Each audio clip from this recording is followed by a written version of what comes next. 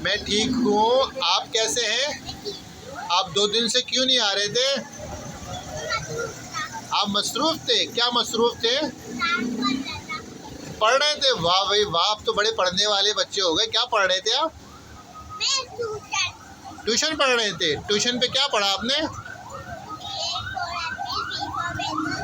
अरे तो 1 साल हो गया तुम्हें A for Apple, B for bad भाई, इसके अलावा कुछ भी नहीं पढ़ते?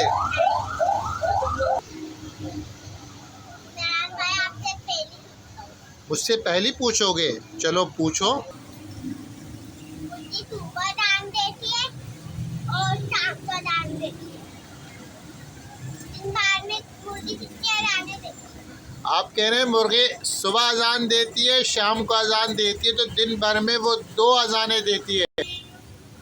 इमरान भाई, आपको मालूम ही नहीं है, मुर्गी अजान देती है ही नहीं है, मुर्गा अजान देता है। अबे हाँ यार, अजान तो मुर्गा देता है, मुझे पता नहीं है। अच्छा हुआ तुमने मुझे बता दिया भाई, बहुत बहुत शुक्रिया तुम्हारा।